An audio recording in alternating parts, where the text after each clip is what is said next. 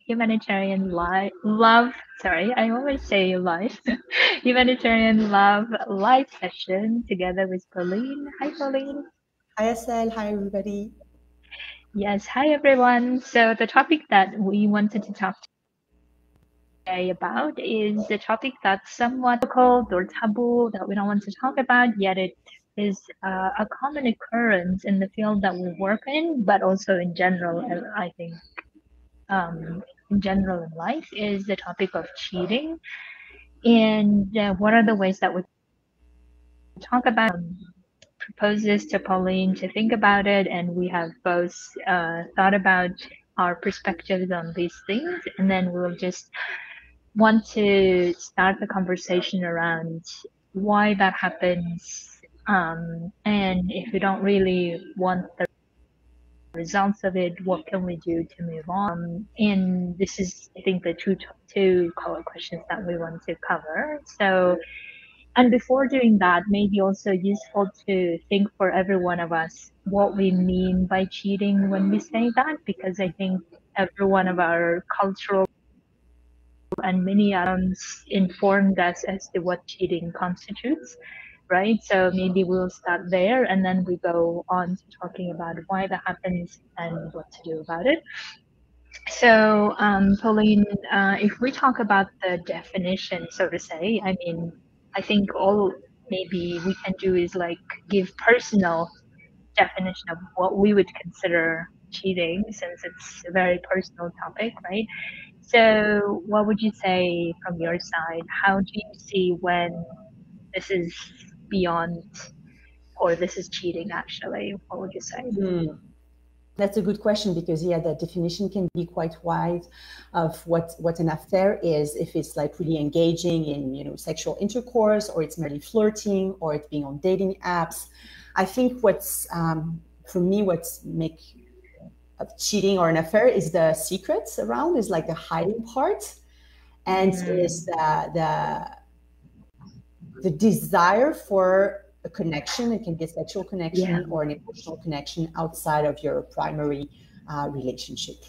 I would make it Exactly. quite wide. Yes, exactly. And I was also thinking that, oftentimes we may see things in the cheating more, right? I mean, in the actions of flirting or whatever else that we don't find it okay. But I would also say that it's more like how the person that I'm in a relationship with, how that person is desiring to be having connections with other people in a room that's not with me, and that I would already see that as a point to be talking about it if I was in a relationship, or I would already constitute that as something worrying to talk about, right? So that's why it doesn't even have to be any action specifically.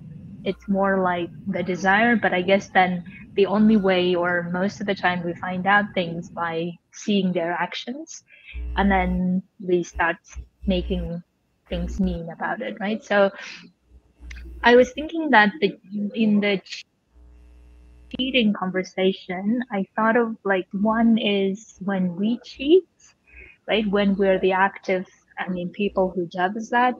The other one is when we are on the receiving end of it.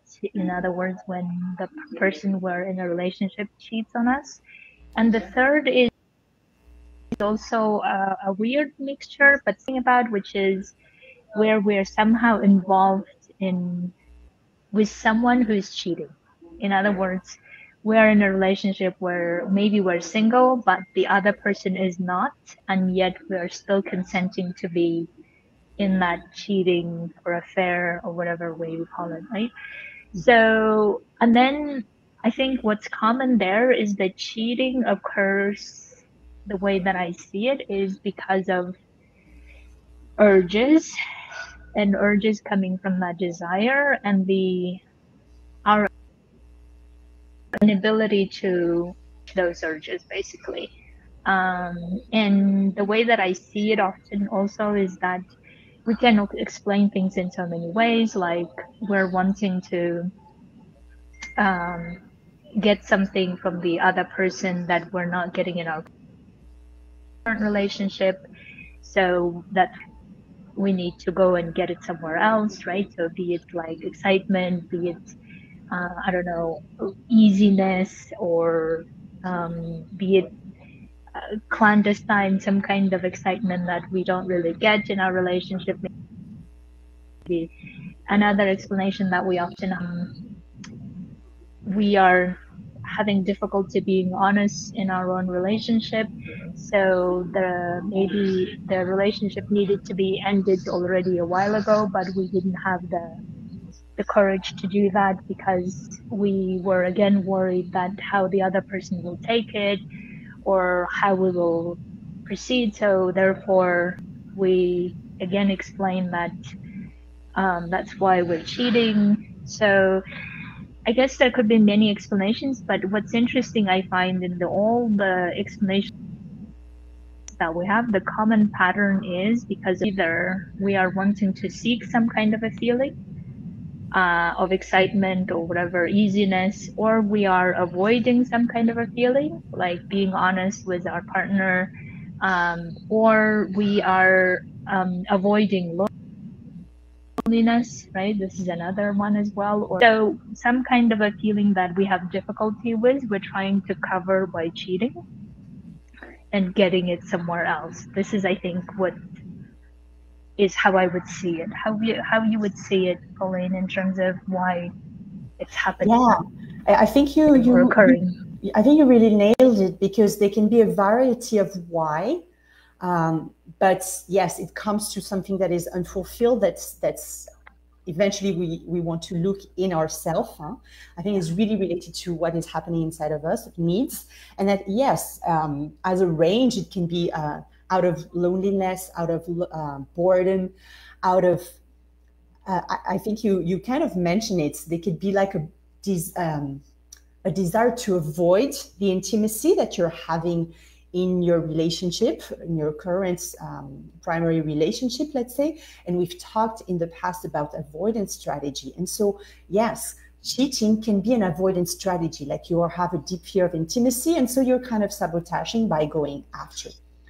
But it can be the opposite. It can also be that you don't feel that you're intimate enough with your partner and you're craving for more intimacy, and you have this idea that looking it and with somebody else, you may be able to find it. So can be a desire to fulfill a need that is not met in your relationship. And that can be physical intimacy, that can be sexual chemistry that is not there anymore. That is often what we think of when we think of affairs. It's like we're searching for the excitement, the novelty, the desire, the passion that maybe we're off in our own relationship. But it can also be the emotional needs, the emotional connection, the desire to be seen, the desire to feel special, the desire to feel important in if we feel, maybe it's not the reality, but if we feel our partner is not looking at us anymore in a special way, we may want to look for somebody else to meet that. So I think what's interesting to keep from that is that looking for what is, I would say, the surface motivation that make you cheat, if you did, like what, and then looking at what you were missing, what you were looking for. I think this is really the question that then can lead to see what happens in the relationship. We started talking about this, like, does an affair means the end of a relationship? Because some people are like, it's like very black and white, like, wow, it's a taboo. It's, the Bible say you will not cheat. And so you break up the agreement and then it's over. And so sometimes it can be really a moralistic, moral point of view. Sometimes it can be the trust is broken, but it doesn't have to be. I think this is also why we want to open the conversation about that. It's important to look at the why there's been an affair, why there's been cheating in the first place, because it can lead to, okay, what do we do with it now? Does it mean that it's the end of the relationship or not? Yeah, exactly. And also, I think the other reason why I want to talk about cheating, maybe also that I feel like when we're cheating, we have maybe many often this feeling of, well, I couldn't help it, but right, some type of I had to do it, or how it is, or like some version of we have no control kind of an area. And I really wanted to look at it. What if that's only happening because we're not really talking about it and we're not really being honest about things, right? Because oftentimes cheating, I feel, happens communication, not being honest with each other. We're not really talking about what's we're missing. We're not really talking about what we're looking for, what we're wanting, maybe. And therefore, in order to reduce this feeling of out of control, or we just had to do it in the moment, or to go for it even though we didn't want it, kind of, in order to reduce all of that, I think important that we need to be talking about it, and not only like during or before, especially before maybe, but if it already did happen, then after, in closing and okay, now we're shutting everything and then we're just going our separate ways, or this kind of like very drastic, dramatic um, ending, or yeah, end of communication. But I think what we're really advocating maybe is, let's not make it like a very judgmental situation that we're like, okay, this was like the worst thing ever can happen or whatever, but rather, okay, let's have a look what happened there, what's behind it, like Pauline was saying, right? What's under it. And even if we do decide in the end to end the relationship, for instance, at least let's have a conversation before and find out, or even if we cannot have a conversation, let's say with someone for whatever reasons, let's explore for ourselves how it was and what this experience did to us, how it shaped our perception of the reality now. Because oftentimes what we also see is that because of that experience, we tend not to go for another relationship very long, because we're now afraid that this will happen again. We make a lot of generalizations.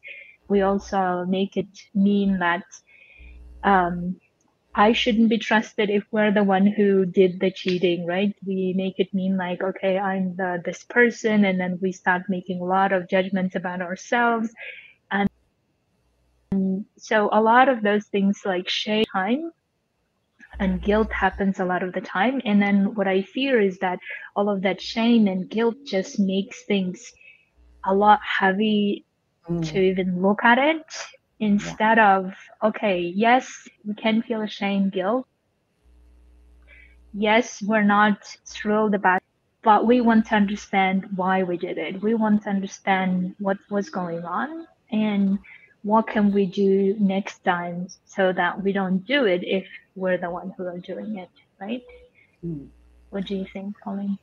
Well, I think the key word here maybe is honesty, is that if there was a lack of honesty with ourselves, with our desire, with our needs that were unmet, this is maybe the lack of honesty with ourselves and with our partner that led to this, to an affair, right?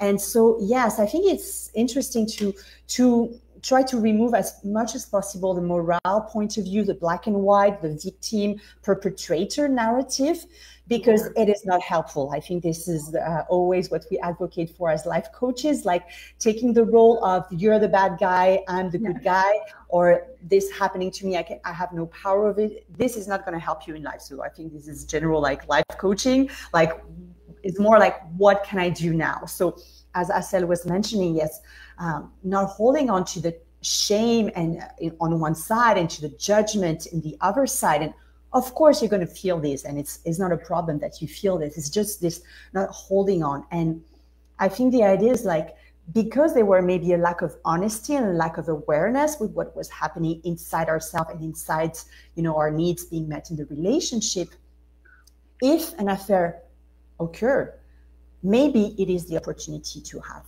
a conversation. Maybe it's an opportunity for you to look like, why did I do this? What was I looking for? That was not.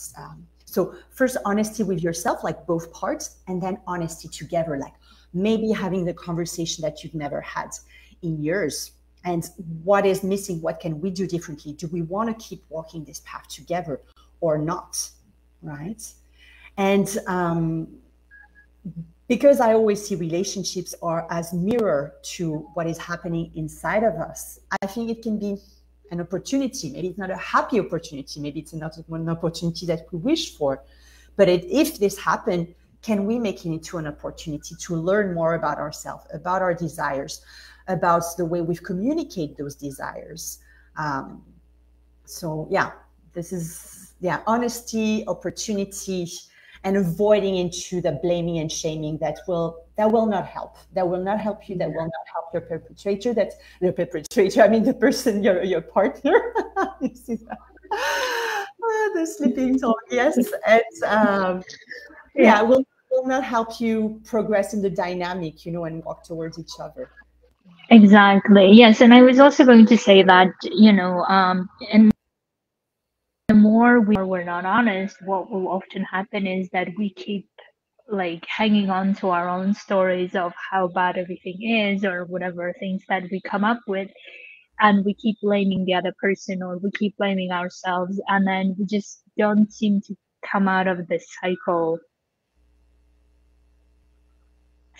to say faster, but we don't somehow want to come out of it because we feel like in order to process it, we need to just keep going through it and going through it, and maybe that's not really the best way to process it. Is I guess what I'm saying is, instead of doing that, instead of victim mindset, like we say, where we're just blaming the whole world or the other person or ourselves, instead of doing all of that, even though probably that will happen at some point, but be recognizing that, okay, if I don't blame the other person or myself, look at it, right? We said that we could look at, like, if we're honest, what's missing.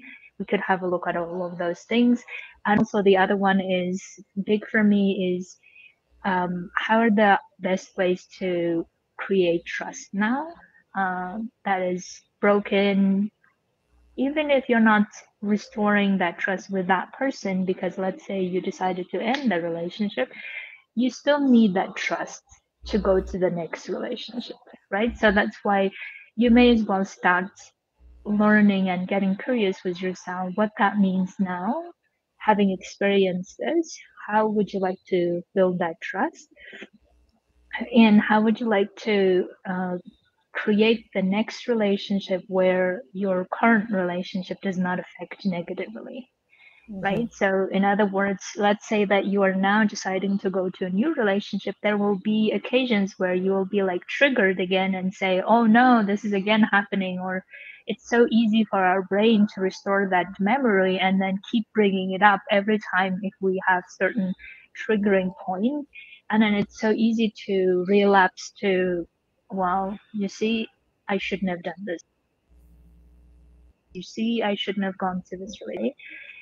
In order not to have that, in order not to influence that new relationship, how we want to process it currently, how we want to process it in the way that removing many of the judgments around it, and then just being like, yeah, this is what I did.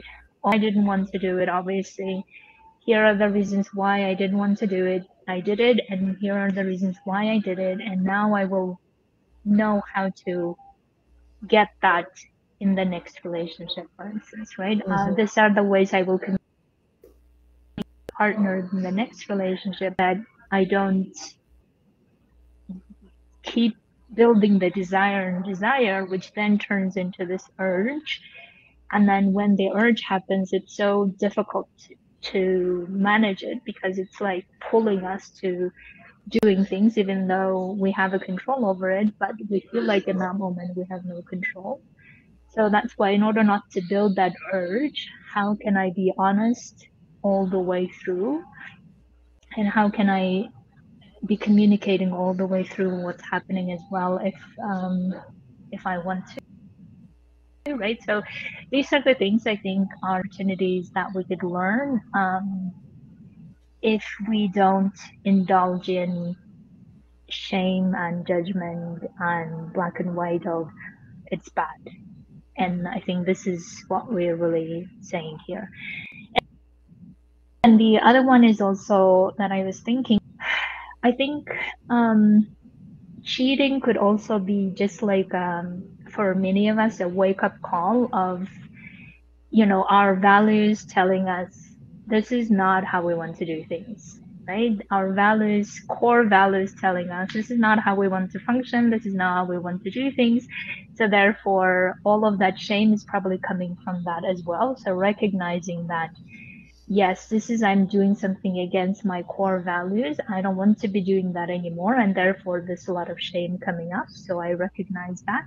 And that also means that how can I be true to my from now on? How can I be aligned with those values and be doing that instead of ignoring all of that? And then, because I remember some of the experiences I had, I think my brain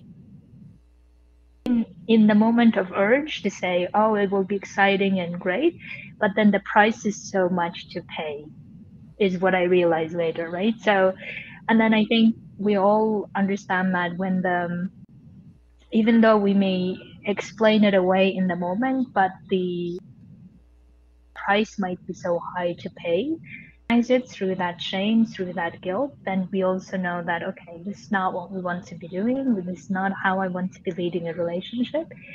And also, this is, yeah, basically, how can I learn from it so that I don't, instead of shoving it away or instead of even keep doing it, I think is another coping mechanism that some people take, is keep doing it, keep regretting it, and then this cycle seems to then go on, and then we get tired of it eventually, and then we say no more. So in order not to go that far, we can also once what's the next way to not make it happen again. Yeah. On that, I have two things I wanted to share. That if I keep on like on what you're saying, for me, I'm going back to the idea of like the why did if I cheated, like why did I do this in the first place? Like what was I missing? And often is more, it can be something that is missing in the relationship, but it can be something that I'm missing in myself. So when you talk about urges, about excitements, it can be like you were a very reasonable child. You were always told to be reasonable. And at some point you want to be a bit like, like out of control, and you want to have release your inner teenager, that can be an opportunity. So I think it's so important to look at the why, without the judgments and the shame lens, the why, what part of me was I missing that drove me to do this? So it can be an opportunity to reconnect with a part of yourself, like a joyful part of yourself, a part that wants to feel free. So it can be very diverse. We cannot list all of them right now, but it's, I think, very interesting to have this inquiry.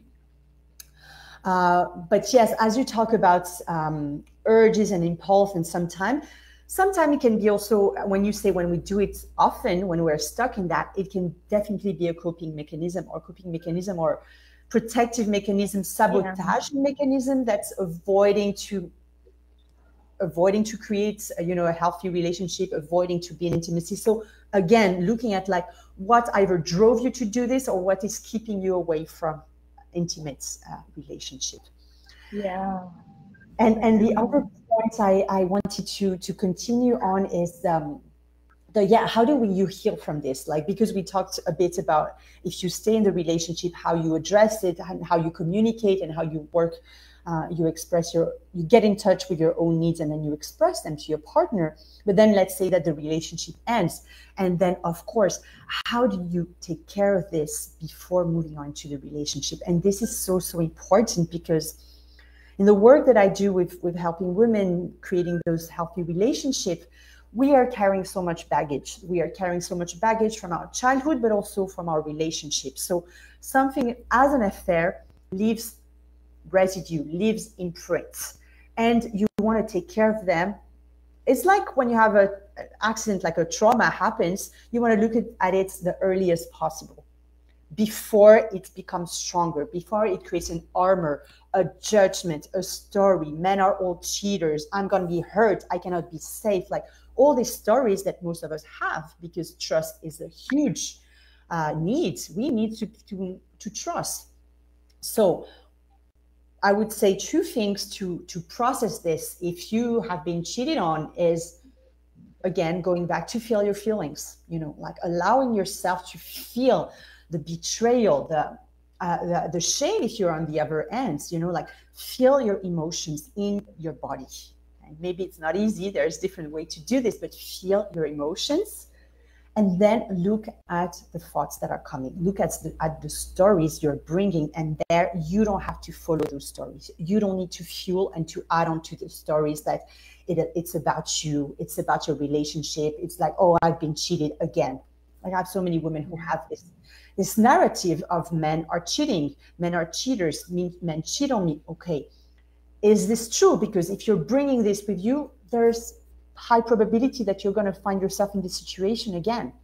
So you want to look at like, is this really true that 100% of men are cheating? I believe not. So you may want to change your beliefs around this. And it's not always easy, but I think it's important to notice what you are making it mean if this happened in both situations, and to decide what you want to think of to come in the next relationship with like a lighter baggage and not bringing it completely.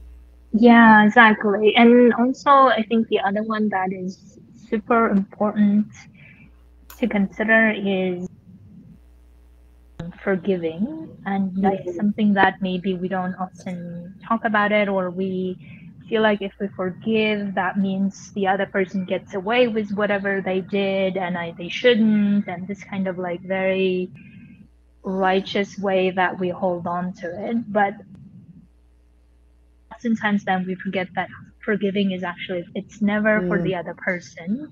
So we never do it in order to make the other person justified or say their action is okay or whatever. We're not doing it. We're doing it because we want to lighten the burden that we're carrying, this heaviness of, or oh my God, I was cheated on, or whatever the story is.